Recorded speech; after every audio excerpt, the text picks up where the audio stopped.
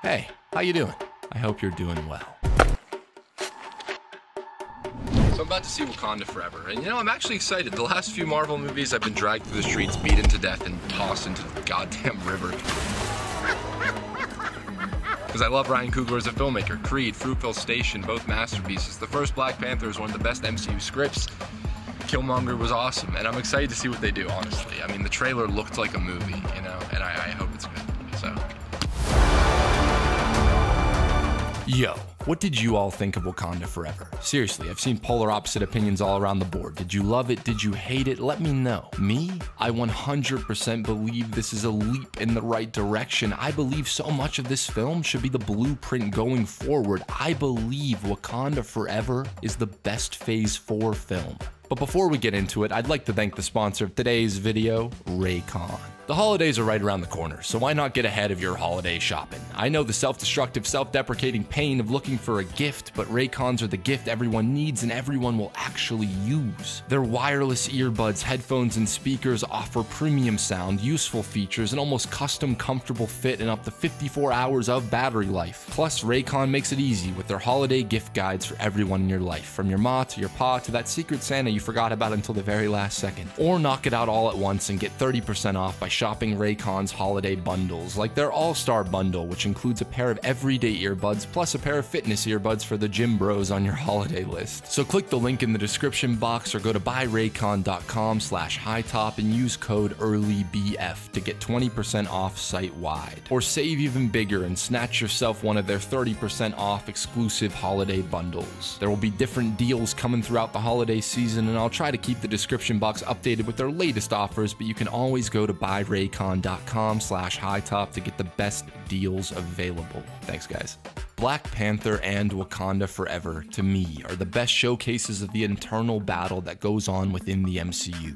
Both films, I think, exemplify the struggle between making art, between making a film that is deeply personal and making a product meant to appeal, appease, entertain everyone. The struggle of a passionate visionary trying to make his film more than just a commodity. The first Black Panther has so many game-changing, powerful moments, profound reflections. Ryan Coogler came in and not only made a billion-dollar movement, but injected so much of himself, so much empathy into the larger-than-life world of Wakanda. With Chadwick Boseman's passing, I was so worried that Wakanda Forever would be an exploitation of grief, of loss. Maybe that's my cynical side, man, the MCU hater in me. But the thing is, I want more because I care.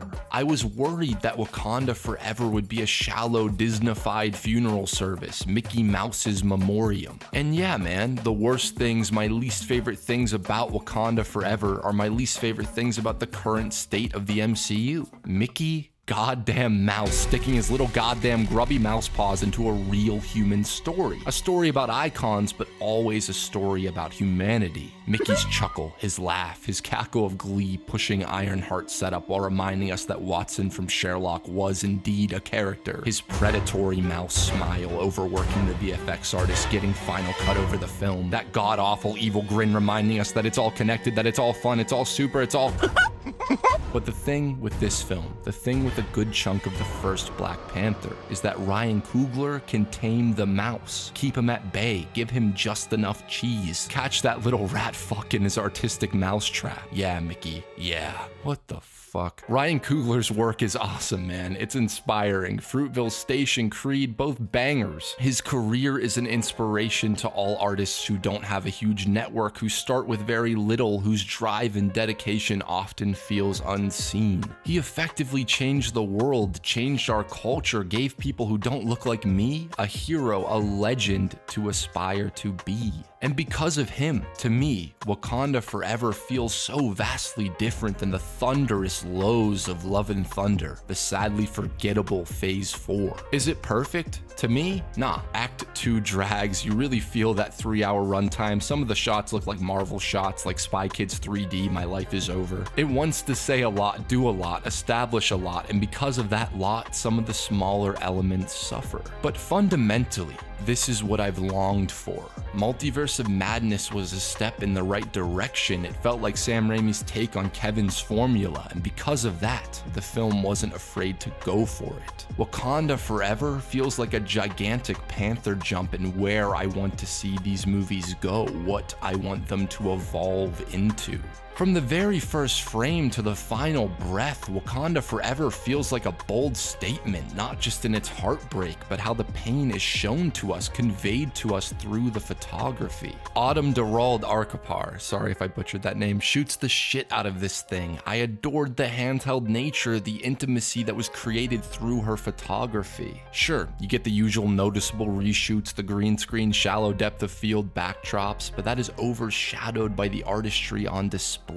Ludwig Göransson's score is a bop as always. Ruth Carter's costuming is breathtaking. The action here has scope, scale, suspense, creativity. The first appearance of Namor in his sunken nation was one of my favorite sequences of the year. This feels more like a war movie, not only in its grandiosity, but in its casualties, in the moments between the violence, more so than the Avengers films ever did. Look, I could use a million adjectives to describe the art, the effort everyone put in, but to put it simply, the film felt like a remembrance, an acceptance, a labor of love from everyone involved. The rhythm of the edit, the purposefulness of the visual language, we can actually hold on to an emotion. Characters are allowed silence, worlds, cultures are allowed to be designed, shown off with an elegance. It doesn't feel Marvel. And the fact that I'm shocked by this man shows how disillusioned I've become with the franchise. It's sad that when it comes to the MCU, the labors of love are too often drowned out by the need to be mass appealing.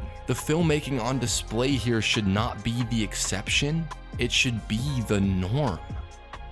Wakanda Forever uses legacy, the legacy of a beloved character, not to cash in, but to further develop, enrich those he left behind. I gotta be honest, I was never a fan of Shuri. Every character is a genius in the MCU, so her being an even smarter one left me numb. Every character is a quipster, a meme lord in the MCU, so her brand of comedy always fell flat. But here, she grows up. Here, in this film, her silence, her contemplation, her mourning grants her way more relatability, tangibility than ever before. Shuri no longer feels like a bullet point, an archetype, but a human, one who is going through it, one who has suffered more than anyone should. Here, she's allowed to grow up. She's allowed to grieve. One thing I love about both these movies are their villains. I'm not talking about Killmonger or Namor, but fuck yeah, dude, Namor was so freaking cool. The performance was so goddamn raw, rad, commanded such a presence of pain. I'm talking about the all-powerful enemy that is resentment, hatred, anger, longing. Coogler makes a fascinating choice, something I genuinely did not expect. He continues T'Challa's legacy, not by forcing Shuri to have the same feelings, the same goals as he once had, but by giving her similar flaws, a similar internal war. T'Challa's journey started with a loss, a desire for revenge, and the realization that vengeance is all-consuming. It takes more than it gives, and he's given too much. Vengeance has consumed you. I'm done letting it consume me. It's easy to aim aggression at a face, a god, a loved one, but anger and grief have no true face. And the cycles, the echoes of that struggle are felt here through his sister. Both Shuri and Namor face that same villain, and that's far more investing, real, than an evil giant supervillain. It's far more real when both your hero and your antagonist want to burn the world down, want to make everyone understand. Because why don't they understand? Why can't they empathize? Why must they apathetically expect us to move on, expect more when we've given so much? Namor is plagued by this. Only the most broken people can be leaders, but what if we can't lead? What if we feel just as lost? A leader must be strong, must have compassion, but who comforts the leader when they have lost so many of their people? Their loved ones. The fire that fuels Namor, that is consuming Shuri, there is strength in that fire, but there is also an isolation. And maybe it's not about being greater than what you suffer. Maybe it's not about being the next protector, the next Black Panther. Maybe it's just about trying, continuing to try despite being given every reason to lay your head down and give up.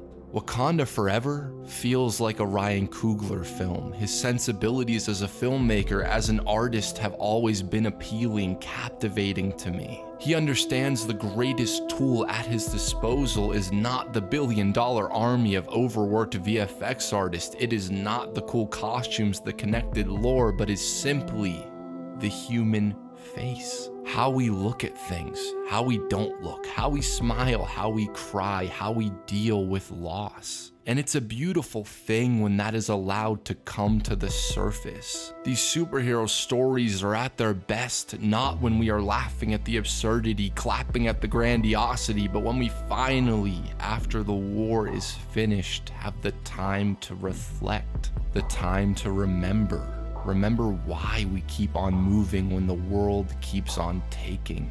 Finally, we allow these characters, and maybe even ourselves, the freedom to look inward.